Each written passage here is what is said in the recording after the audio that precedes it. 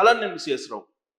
మనకి ఇక్కడ స్క్రీన్ మీద కనిపిస్తున్నటువంటి వాళ్ళలో మధ్యలో ప్రధానమంత్రి నరేంద్ర మోడీ గారు, ఇటువైపు బండి సంజయ్ గారు, కేంద్ర హోంశాఖ సహాయ మంత్రి, ఇటువైపు అన్నామలై, తమిళనాడు బీజేపీ మాజీ అధ్యక్షుడు.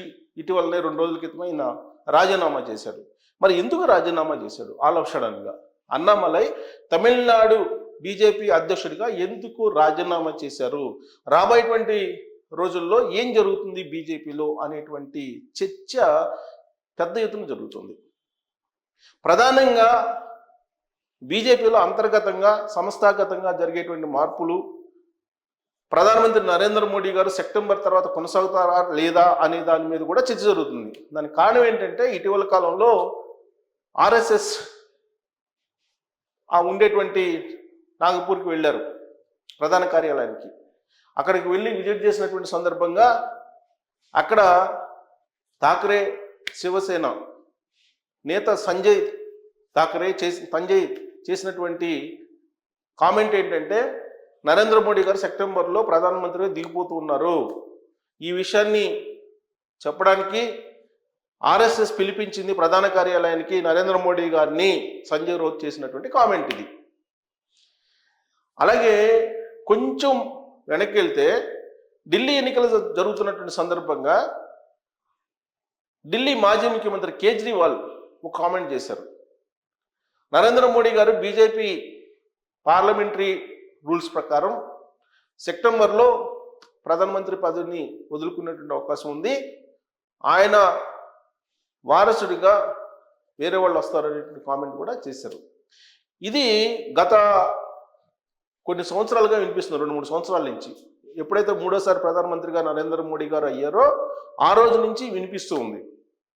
ఇప్పుడు తారాస్థాయికి జరిగింది. ఎందుకంటే సెప్టెంబర్ అంటే రాబోతుంది 4-5 నెలల్లో. దాంతో ఏదో మార్పు ఉంటుంది అనేటువంటి ఒక చర్చ పెద్ద ఎత్తున జరుగుతుంది. దీనికి ఫుల్ స్టాప్ పెట్టడానికి బీజేపీకి సంబంధించిన నేతలు బలంగా ముందుకు రావట్లేదు. మౌనమే అంగీకారం అన్నట్టుగా బీజేపీలో కూడా అంతర్గతంగా ఇది నడుస్తోంది.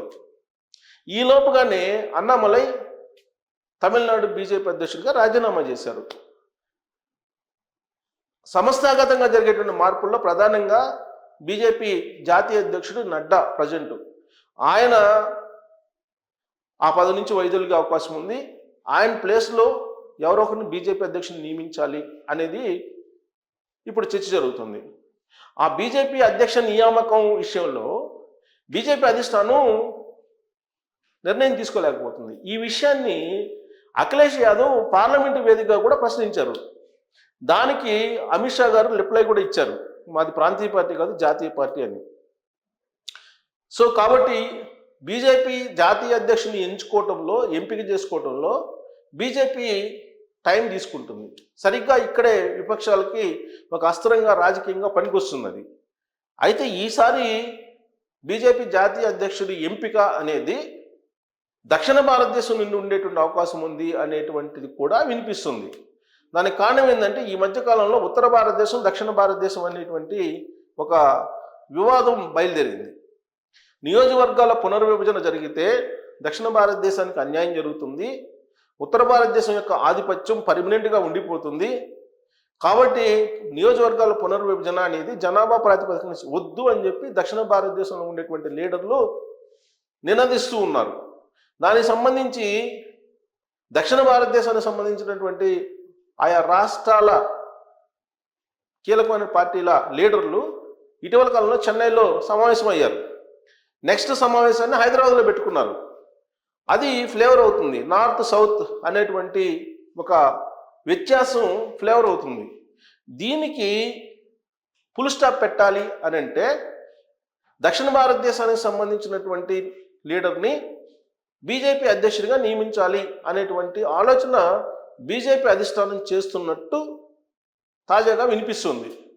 ఒకవేళ అదే జరిగితే కనుక అన్నామలైకి బీజేపీ జాతీయ అధ్యక్ష బాధ్యతలు అప్పచెప్పేటువంటి అవకాశం ఉంది.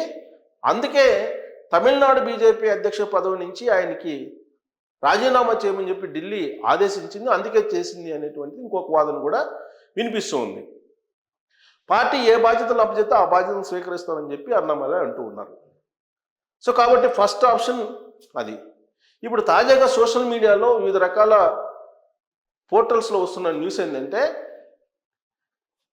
దక్షిణ భారతదేశంలోని సంబంధించినటువంటి మాధవ్ ఆయనకి ఇచ్చేటువంటి అవకాశం ఉంది బీజేపీ జాతీయ అధ్యక్ష బాధ్యతలు అనేటువంటిది కూడా ఇంకోటి వినిపిస్తుంది.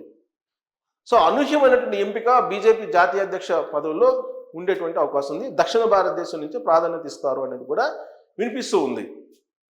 ఇక తెలుగు రాష్ట్రాలకు సంబంధించినటువంటి అధ్యక్ష బాధ్యతలు ఎవరికి అప్పచెప్తారు, తెలంగాణలో అలాగే ఆంధ్రప్రదేశ్లో అనేది కూడా ఇంకొక చర్చ ఉంది. ప్రస్తుతం ఆంధ్రప్రదేశ్ బీజేపీ అధ్యక్షురాలుగా పురంధరేశ్వరి గారు కొనసాగుతూ ఉన్నారు. తెలంగాణ బీజేపీ అధ్యక్షునిగా ఇప్పుడు కేంద్ర మంత్రి కిషన్ రెడ్డి గారు కంటిన్యూ అవుతున్నారు. మరి వీళ్ళిద్దరినీ మార్చేటువంటి అవకాశం ఉంది అని రాజకీయాల్లో గత కొంతకాలంగా చర్చ అయితే జరుగుతుంది, కానీ అది వర్కౌట్ కావట్లా. అక్కడేమో ఆంధ్రప్రదేశ్లో పురంధరేశ్వరి గారిని మారిస్తే ఎవరికి ఇవ్వాలి అనేది ఒక సందిగ్ధం. రాయలసీమ వాళ్ళకి ఇవ్వాలా, ఉత్తరాంధ్ర వాళ్ళకి ఇవ్వాలా, లేదంటే బీసీకి ఇవ్వాలా, రెడ్డి సామాజిక వర్గానికి ఇవ్వాలా, ఈ ఈక్వేషన్ తోటి ఒక అభిప్రాయానికి రాలేకపోతుంది బీజేపీ. తెలంగాణలోనేమో కంటి చూపు మేరలో అధికారం కనిపిస్తుంది బీజేపీకి. బీజేపీ నెక్స్ట్ మాదే తెలంగాణ అని చెప్తోంది. ఇలాంటి పరిస్థితుల్లో బండి సంజయ్కి కన్ఫర్మ్ కాబోతుంది అనేది గత 2 రోజుల నుంచి చాలా బలంగా వినిపిస్తున్నటువంటి న్యూస్. అధ్యక్ష పదవి కాదు బండి సంజయ్ కాదు, ధర్మపురి అరవింద్కి అని చెప్తూ ఉన్నారు. ఇలా రకరకాల పేర్లు చెప్తూ ఉన్నారు. ఈటల రాజేందర్ గారి పేరు చెప్తూ ఉన్నారు. ఒకటి మాత్రం కన్ఫర్మ్ చేసుకోవచ్చు, బీసీలకు అయితే తెలంగాణలో బీజేపీ అధ్యక్ష బాధ్యతలు రాబోతూ ఉన్నాయి. అయితే ఆ బీసీల్లో ఎవరు, బండి సంజయ్ గారా, లేదా ధర్మపురి అరవిందా, లేదా మరొకళ్ళు వస్తారా, ఈటల రాజేందర్ గారు వస్తారా అని అంటే ఆర్ఎస్ఎస్ బ్యాక్గ్రౌండ్ నుంచి వచ్చినటువంటి వాళ్ళకి, బీజేపీ భావజాలు ఉన్నటువంటి వాళ్ళకి, ఆర్ఎస్ఎస్ మూలాలు ఉన్నటువంటి వాళ్ళకి మాత్రమే కీలకమైనటువంటి బాధ్యతలు అప్పచెప్తూ వస్తూ ఉన్నారు దేశవ్యాప్తంగా కూడా. అక్కడక్కడ 1-2 నియామకాలు తప్ప. ఆ కోణం నుంచి ఆలోచిస్తే బండి సంజయ్ గారికి మళ్ళీ బీజేపీ అధ్యక్షుల బాధ్యతలు అప్పచెప్పేటువంటి అవకాశం లేకపోలేదు. కాబట్టి బీజేపీ జాతీయ స్థాయి అధ్యక్షుడి దగ్గర నుంచి రాష్ట్రాల స్థాయిలో ఉండేటువంటి అధ్యక్షుల వరకు నియామకంలో తడబడుతూ ఉంది, తాత్సారం చేస్తూ ఉంది.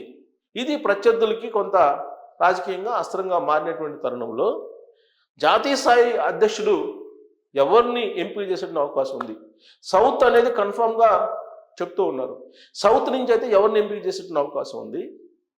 అలాగే ప్రధానమంత్రి నరేంద్ర మోడీ గారు బీజేపీ పార్లమెంటరీ మార్గదర్శకాల ప్రకారం ఒకవేళ వైదొలిగితే ఆయన ప్లేస్లో ప్రధానమంత్రి ఎవరయ్యే అవకాశం ఉంది. తెలుగు రాష్ట్రాల్లో అటు తెలంగాణలో ఇటు ఆంధ్రప్రదేశ్లో బీజేపీ కొత్త అధ్యక్షులు ఎవరు రావడానికి అవకాశం ఉంది అనే దాని మీద మీరు కామెంట్ చేయొచ్చు. Thank you.